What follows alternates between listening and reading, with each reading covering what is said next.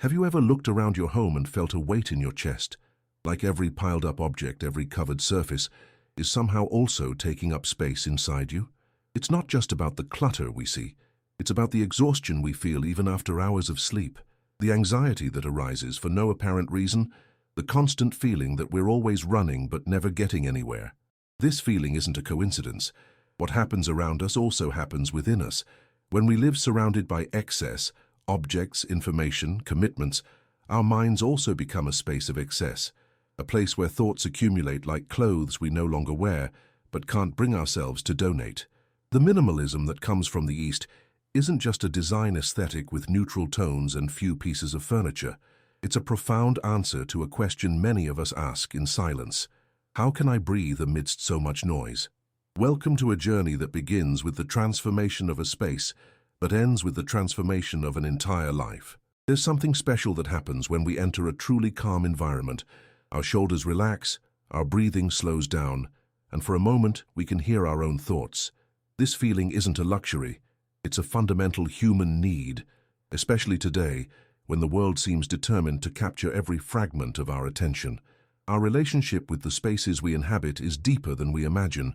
They're not just walls and objects, they're extensions of our inner state. A closet overflowing with rarely used clothes reflects a mind overwhelmed with thoughts that no longer serve us. A desk covered in papers and random items mirrors a schedule packed with commitments that don't nurture our true essence. Eastern minimalism teaches us that true abundance doesn't come from accumulation but from deliberate choice. It's not about having less for the sake of having less, but about opening space so that the essential can breathe and stand out. When we look at a traditional space from the East, what we notice first is often what isn't there. The empty spaces aren't absences. They're intentional presences. They're invitations for natural light to dance freely, for the eye to rest, for the mind to find clarity. The transformation begins with a simple but profound question. Does this object bring real utility or genuine joy to my life? If the answer is no to both, perhaps it's time to thank it and let it go. Imagine your room. Now visualize it with half the objects you currently own. Don't choose them randomly. Keep only what truly matters. How would you feel waking up in this space every morning? What would your mind be like at the end of the day, returning to this sanctuary of calm? Many fear that simplifying means living in cold and impersonal environments, but the truth is the opposite. When we reduce to the essential, each item gains meaning. That hand-woven blanket, now visible without being buried in a pile, tells a story. The imperfect ceramic cup from which you drink tea every morning becomes a ritual, not just an object. Simplicity opens space for us to appreciate the beauty of the imperfect, the used, the real. A scratch on a wooden table isn't a defect, it's history. A repaired ceramic hasn't lost value, it's gained character. This acceptance of the imperfect teaches us to see beauty in our own cycles of growth, breaks and repairs. Spaces transformed by Eastern minimalist philosophy don't follow fleeting trends. They embrace natural materials that age with dignity, wood that develops a patina over time, cotton and linen fabrics that become softer with use, stone that tells stories through its unique imperfections. In homes inspired by this philosophy, natural light is invited in, not blocked. Windows are treated as frames for nature, not as problems to be covered. The connection with natural cycles, light and darkness, seasons of the year, reconnects us with our own internal rhythms, often ignored in our daily rush. The first step to transforming any environment is simply to observe. Before moving, adding or removing anything, sit in silence in the space. How does it make you feel? Where do your eyes naturally rest? What feels heavy and what feels uplifting? This attentive observation is the foundation of all meaningful change. Start with a single room, ideally the one where you start and end your day. For many, it's the bedroom. Remove everything that can be easily taken out, leaving only the essential. Clean deeply, not just visible surfaces, but also forgotten corners. This isn't just an act of physical cleaning, but a ritual of mental clarity. When reintroducing items, do so with intention. Each object deserves consideration. Does it serve a clear purpose? Does it bring genuine joy? Does it reflect who you are now, not who you were or think you should be? The honest answer to these questions often reveals that we need much less than we think. True transformation happens when we realize that we're editing not just our spaces, but our own lives. The same principles we apply to our environments can be applied to our commitments, relationships, and even thoughts. When our desk has only the essential, our mind finds focus. When our closet contains only clothes that we truly use and appreciate, our mornings begin with clarity, not confusion. When our kitchen is organized with intention, preparing meals becomes an act of presence, not of frustration. The kitchen is an excellent example of how minimalism can transform not just a space, but an entire daily experience. A kitchen inspired by Eastern philosophy has clear surfaces, not for appearance but for functionality. When we only need to open a drawer to find exactly what we're looking for, food preparation becomes fluid. When we keep only the utensils we actually use, every movement becomes efficient and intentional. The same principle applies to the bathroom, a space often overlooked, but which marks the beginning and end of our days. Transforming it into a sanctuary of simplicity can profoundly change our daily experience. Imagine opening a cabinet and seeing only products that you actually use and appreciate, organized so that each item is easily accessible. This external clarity reflects and fosters internal clarity. In living areas like living rooms, the challenge is to balance functionality with connection. These spaces don't exist just to be admired, but to be lived in. The arrangement of furniture should facilitate conversations, not hinder them. There should be places for the eye to rest, not just surfaces to accumulate objects. A truly harmonious room invites us to be present, not just to spend time. It's important to remember that transforming an environment doesn't necessarily mean discarding and starting over. There's profound wisdom in working with what we already have. That sofa that looks tired can gain new life with a simple change of cushions. The old table can be restored instead of replaced. This approach not only reduces waste, but honors the history and character of the objects that are already part of our lives. Conscious consumption is fundamental to this philosophy. Before bringing something new home, we can ask simple but powerful questions. Will this object solve a real problem? Will it replace something that no longer works? Will it bring lasting beauty or functionality? Or am I just seeking the temporary sensation of novelty? A transformative practice is to establish a waiting period before any non-essential purchase. 48 hours is enough time for the initial impulse to pass, allowing for a clearer decision. Often, the desire dissipates, revealing that the true need wasn't the object but perhaps a moment of pause or a meaningful experience. Gratitude for what we already have is a powerful antidote to the cycle of consumption dissatisfaction, more consumption. Dedicating a few daily moments to recognizing and appreciating the objects that already enrich our lives fundamentally changes our relationship with possessions. That imperfect mug that fits perfectly in your hands, the blanket that has accompanied you for years, the chair that silently supports your body after a long day, all deserve recognition. Sometimes, the greatest transformation comes not from what we add, but from what we allow to remain empty. An undecorated corner, a partially filled shelf, a wall without pictures, these empty spaces allow our home, and by extension our mind, to breathe. Emptiness isn't absence, but possibility. Daily routines of organization and cleaning, when performed with presence, become powerful meditative practices. Cleaning a surface with mindfulness isn't just about removing dust, but about creating mental space. Folding clothes carefully isn't just about tidying up, but about respecting the objects that serve us. These small actions, performed regularly, keep both our spaces and our minds clear. A transformative practice is evening tidying, those few minutes before bed dedicated to restoring basic order. Washing the dinner dishes, putting objects in their places, preparing the space for the next day. This simple ritual not only creates a more pleasant environment for the morning, but symbolically closes the day, allowing for deeper rest. The organization of drawers and cabinets, often neglected because it's out of sight, has a profound impact on our peace of mind. Opening a drawer and finding exactly what we're looking for, without having to rummage, eliminates small daily frustrations that, accumulated, drain our energy. This clarity behind the scenes of our lives reflects and reinforces clarity in our minds. A practical approach is the one-in, one-out principle. For every new item we bring home, another needs to leave. This simple rule maintains balance and forces us to carefully consider each new acquisition. It's not about deprivation, but about conscious choice and healthy flow. The true transformation of a space doesn't happen overnight. It's a continuous process of small daily decisions, not a large reorganization event followed by a return to old habits. This understanding frees us from the pressure of immediate perfection and invites us on a journey of gradual and sustainable change. A powerful practice is to create zones of intention in our home, areas dedicated to specific purposes.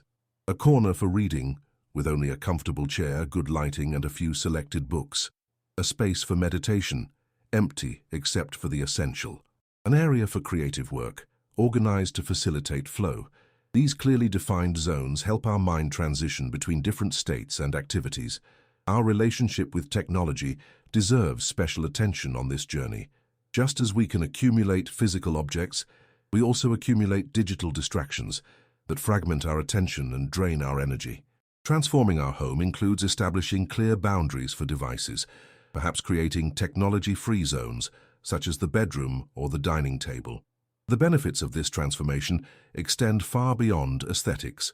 Studies show that simpler and more organized environments reduce cortisol levels, the stress hormone. They improve sleep quality. They increase the ability to focus and creativity. They facilitate deeper connections with other people, not distracted by constant stimuli competing for attention. The most transformative aspect of this philosophy is its approach to time. When we reduce the time spent looking for objects, cleaning unnecessary clutter, and making decisions about excesses, we recover precious hours. These hours can be reinvested in meaningful experiences, relationships, personal growth, the true sources of lasting satisfaction. Simplicity teaches us to value quality over quantity in all aspects of life. A meal prepared with fresh ingredients and mindfulness brings more satisfaction than fast food consumed distractedly. A deep conversation with a close friend nurtures more than superficial interactions with many acquaintances. A book read with total immersion enriches more than dozens skimmed hastily. This philosophy invites us to question the notion that more is always better. A house full of objects isn't necessarily a house full of life. A packed schedule isn't necessarily a rich life. An overflowing closet isn't necessarily a functional wardrobe. True abundance comes from the quality of our experiences, not the quantity of our possessions. Throughout this journey, we may encounter resistance, both external and internal. Friends and family may not understand why we are getting rid of perfectly good things. Our own mind may create stories of scarcity and fear. These moments are opportunities to clarify our values and reaffirm our choices. The common fear that simplicity means austerity comes from a fundamental misunderstanding. Eastern minimalist philosophy doesn't seek to deprive, but to liberate. It doesn't aim to create empty spaces, but spaces that breathe. It doesn't intend to eliminate beauty, but to highlight it through contrast and intention. We observe this in the traditional Eastern flower arrangement, where a single blossoming branch is placed in a simple vase, allowing its beauty to be fully appreciated. This approach teaches us that when everything is highlighted, nothing really stands out. True beauty needs space to be fully perceived. This philosophy honors the connection between us and our belongings. Each object in our home carries energy, whether from the joy it brings, the function it serves, or the burden it represents. When we keep only what truly resonates with us, we create an environment that continually recharges us rather than draining us. For many who embark on this journey, the surprise comes in the form of unexpected discoveries. Objects long forgotten in closets that bring precious memories. Spaces that, once freed from excess, reveal potential for new uses. Dormant talents and interests that resurface when there's mental space to cultivate them. The transformation of a physical environment often catalyzes transformations in other areas of life. People report finding clarity about professional decisions after organizing their offices. They discover improvements in relationships after simplifying common areas. They feel an impulse to take better care of their health after organizing kitchens and exercise areas. Commitment to simpler spaces teaches us patience and perseverance. It's not about achieving a static ideal, but about engaging in a continuous process of evaluation, adjustment, and refinement. Like a garden that requires regular care, our home needs constant attention to maintain its harmony. Periods of transition in life, changes, new relationships, endings of cycles, are powerful opportunities to revisit and reaffirm our commitments to simplicity. At these crossroads, we can consciously choose what we will carry forward and what we will leave behind, both materially and emotionally. As our journey progresses, we begin to realize that true minimalism isn't about our possessions, but about our attention. What do we dedicate our time, energy, and mental space to? What do we allow to occupy our thoughts, conversations, and leisure time? These choices, more than any decision about objects, define the quality of our lives. Every small change, an organized drawer, a simplified routine, a questioned consumption habit, is a victory. These victories accumulate, creating momentum for larger transformations. Like waves that start small but eventually reshape entire coastlines, our daily choices gradually redefine our environments and lives. Eventually, we reach a point where simplicity is no longer something we do, but something we are. We no longer need to consult lists or follow rules. Our choices naturally flow from a clear center. We instantly recognize what serves us and what doesn't, what elevates us and what weighs us down. This clarity extends beyond our physical spaces, influencing decisions about how we spend time, who we associate with, and which opportunities we accept or decline. We develop a refined internal compass that continually guides us toward what truly matters. The process of simplification often reveals a surprising truth. Many of the things we thought we wanted or needed were just attempts to fill voids that objects could never satisfy. True fulfillment comes from connection, with others, with nature, with our own values and purposes. There is a special quality in a space transformed by the Eastern minimalist philosophy, an almost palpable sense of calm. It's not just the absence of clutter, but the presence of harmony. It's not emptiness, but fullness. This is the true goal of our journey. Not a magazine-ready house, but a home that nurtures our best selves. The secret is to start small, but start today. A clean surface, a conscious decision, a consistent practice. The power is not in grand gestures, but in the accumulation of small choices aligned with deep values. Like drops of water that eventually fill a vase, our daily actions gradually transform our spaces and, by extension, our lives. When we look at a space that has been intentionally simplified, we feel something rarely experienced in our fast-paced world: peace. Not the temporary peace of a weekend getaway, but the lasting peace that comes from living in alignment with our deepest values. This peace becomes a portable sanctuary that we carry with us. Even in chaotic environments, we maintain a calm center. Even amidst constant demands, we preserve clarity about what truly matters. This is perhaps the greatest gift of this philosophy, not just a beautiful house, but a centered life. The journey of transforming cluttered spaces into environments of peace is also a journey of self-discovery. Each decision about what to keep and what to release reveals something about our values, fears, attachments, and aspirations. In this sense, reorganizing a closet can be as revealing as a therapy session. The final invitation of this philosophy is not to a specific decorating style, but to a way of seeing and being in the world, a way that values space as much as substance, silence as much as sound, pause as much as activity. In this balance, we discover not only more harmonious spaces, but more fulfilling lives. You don't need more to be more. In fact, it's often the opposite. By letting go of what no longer serves us, we create space for what truly nurtures us. By simplifying the external, we clarify the internal. By transforming our environments, we transform our lives. The path is open before you. It requires no special tools, extravagant budgets, or extraordinary abilities. It requires only intention, attention, and a willingness to question ingrained habits. With each small step, you move closer not only to a more harmonious space, but to a life more aligned with your true nature. The transformation starts now, with a single conscious gesture. May it be the first of many on a journey that has no final destination, only continuous refinement. A journey that seeks not perfection, but clarity. Not depletion, but fulfillment. Not isolation, but deeper connection. Welcome to the path of simplicity, not as an abstract concept, but as a living practice. A path that transforms not only the spaces we inhabit, but the very experience of inhabiting. Transform your space, transform your mind, the art of Japanese minimalism. Share this blessed video so that it can touch and help other people like you and me. Don't forget to click the subscribe button if you haven't already. Thank you so much from the bottom of my heart for being part of our faith community. If you would like to support our channel a little more, consider becoming a member of our channel. I leave here 2 more videos so that you can continue your search. Thank you, and God bless you all. See you later.